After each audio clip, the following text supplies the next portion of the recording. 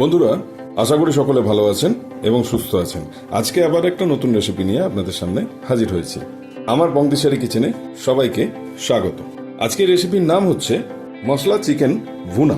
এই মশলা চিকেন ভুনা কিভাবে বানানো হচ্ছে চলুন এবার দেখে নিই। আমি এখানে 500 গ্রাম চিকেন নিয়ে নিয়েছি। 500 গ্রাম চিকেনকে আমি পরিষ্কার করে ধুয়ে জল ঝরিয়ে নিয়েছি। এবার এটাকে ম্যারিনেশনে রেখে দেবো।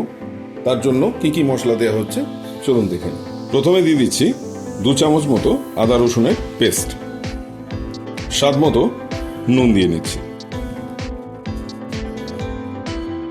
1 চামচ গোলমরিচের গুঁড়ো,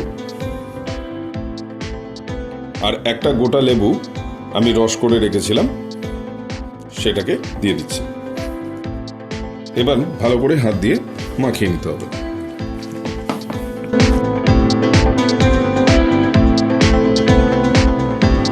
দেখুন বন্ধুরা, ভালো করে সমস্ত মশলাগুলো মাখিয়ে নিয়েছি।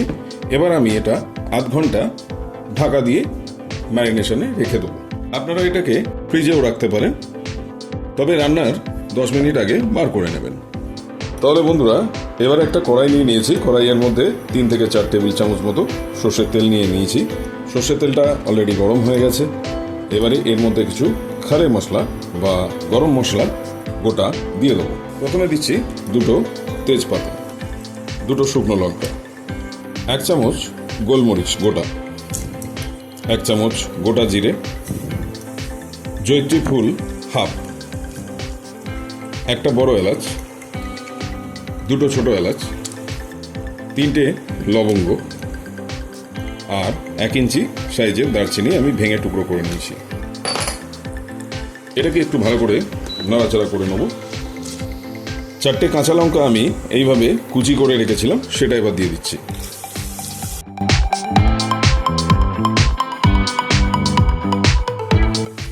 তিন পিস বড় সাইজের পেঁয়াজকে আমি এভাবে স্লাইস করে কেটে রেখেছিলাম, সেটা এবার দিয়ে দিচ্ছি। পেঁয়াজটাকে এবার ভালো করে ভেজে নেব। এইভাবে একবার চিকেন ভুনা করে দেখবেন, বাড়িতে অবশ্যই খুব ভালো লাগবে। এর মধ্যে আমি 1 চামচ চিনি দিয়ে নিচ্ছি।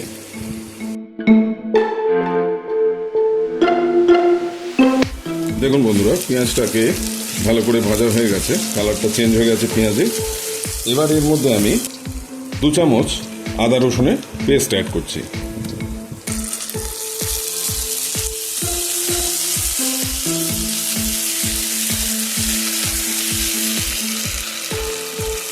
আদা রসুনের কাঁচা গন্ধ যতক্ষণ না যাচ্ছে ততক্ষণ পর্যন্ত ভালো করে ভেজে নেব।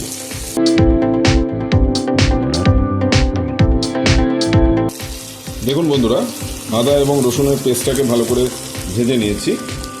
এবারে আমি দিয়ে দিচ্ছি এর মধ্যে 2 মিডিয়াম সাইজের টমেটোকে আমি এইভাবে স্লাইস করে রেখেছিলাম সেটা।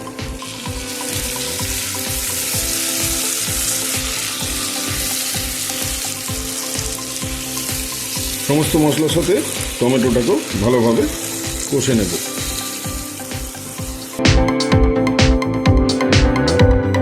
এই পর্যায়ে আমি সামান্য স্বাদ মতো নুন অ্যাড করব।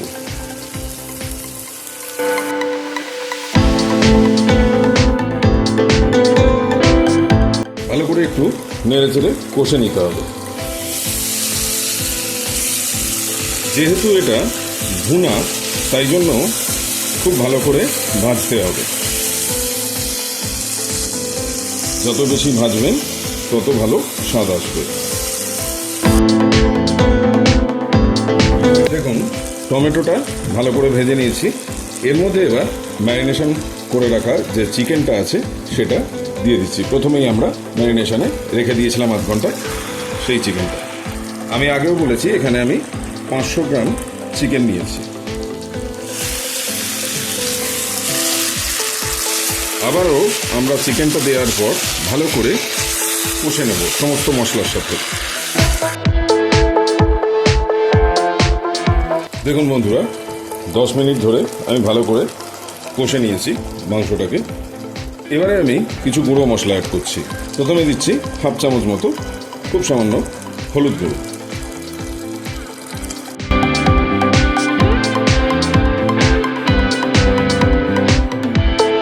এরপরে দিচ্ছি 1 চামচ কাশ্মীরি মির্চ,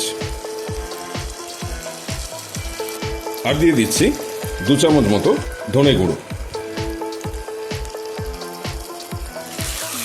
সমস্ত কিছু ভালো করে একটু মিশিয়ে নিচ্ছি।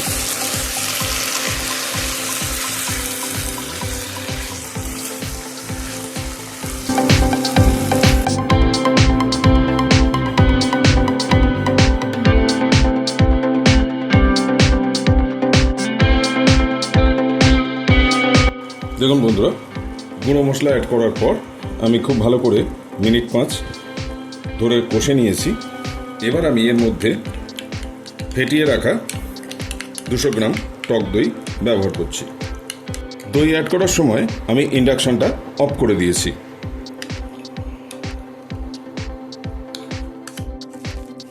খুব ভালো করে সমস্ত মাংসের সাথে দইটাকে মিশিয়ে দিচ্ছি।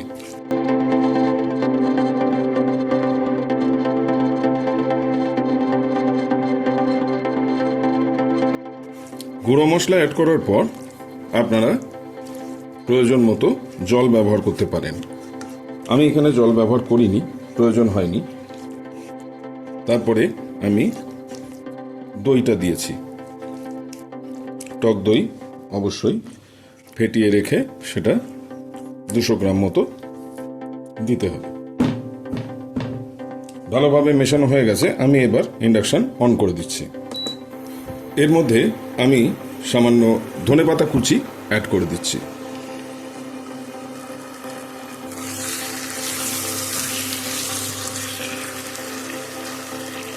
ধনেপাতাটাও ভালোভাবে সমস্ত কিছুর সাথে মিশিয়ে দিচ্ছি।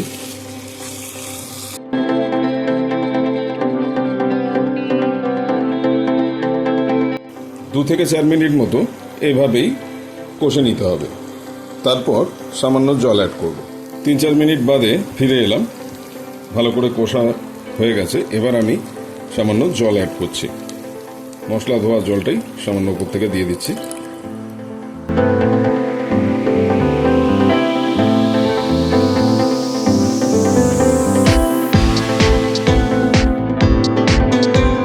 চিকেন ভুনা করার জন্য যতটা ভাজার দরকার সমস্ত ভাজা হয়ে গেছে। এবার জল দিয়ে সিদ্ধ করার পালা। মাংসটাকে এবার ঢাকা দিয়ে সিদ্ধ করে নেব।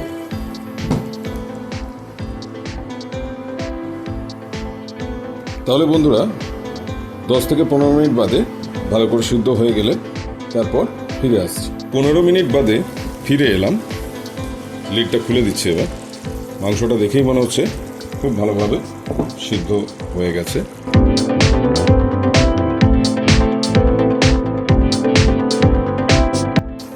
এবারে সামান্য একটুখানি কাজ বাকি আছে। এর মধ্যে ওপর থেকে আবার কিছুটা ধনেপাতা কুচি ছড়িয়ে দিচ্ছি। নামানোর সময় এই ধনেপাতা কুচিটা দেওয়ার ফলে কাঁচা ধনেপাতার একটা খুব সুন্দর গন্ধ থাকে। আর দিচ্ছি 1 চামচ মতো মেথি পাতা, কসুরি মেথি 1 চামচ দিয়ে দেওয়ার পর খুব সামান্য গরম মশলা গুঁড়ো ওপর থেকে ছড়িয়ে দিচ্ছি। সব কিছুর সাথে খুব ভালো করে আরেকবার মিক্স করে নেব। সমস্ত দর্শকদের অনুরোধ করব, যদি আমার এই রান্না ভালো লেগে থাকে তাহলে অবশ্যই আমার চ্যানেলটিকে সাবস্ক্রাইব করবেন।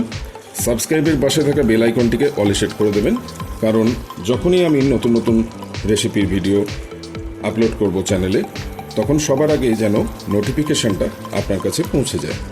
সবাই সুস্থ থাকবেন, ভালো থাকবেন, আর অবশ্যই আমার বংদিশারি কিচেন চ্যানেলটি দেখতে থাকবেন। লাইক, শেয়ার, কমেন্ট অবশ্যই করবেন। আজকের মতো এখানেই শেষ করছি। মশলা চিকেন ভুনা এইভাবে একবার অবশ্যই বাড়িতে বানিয়ে খেয়ে দেখবেন, আর কমেন্ট সেকশানে জানাতে ভুলবেন না কেমন লাগলো। তাহলে নেক্সট উইকে দেখা হচ্ছে আবার নতুন রেসিপি নিয়ে। আজকের মতো এখানেই শেষ করছি। সবাই খুব ভালো থাকবেন। একটু পরে সার্ভ করে দেখাচ্ছে।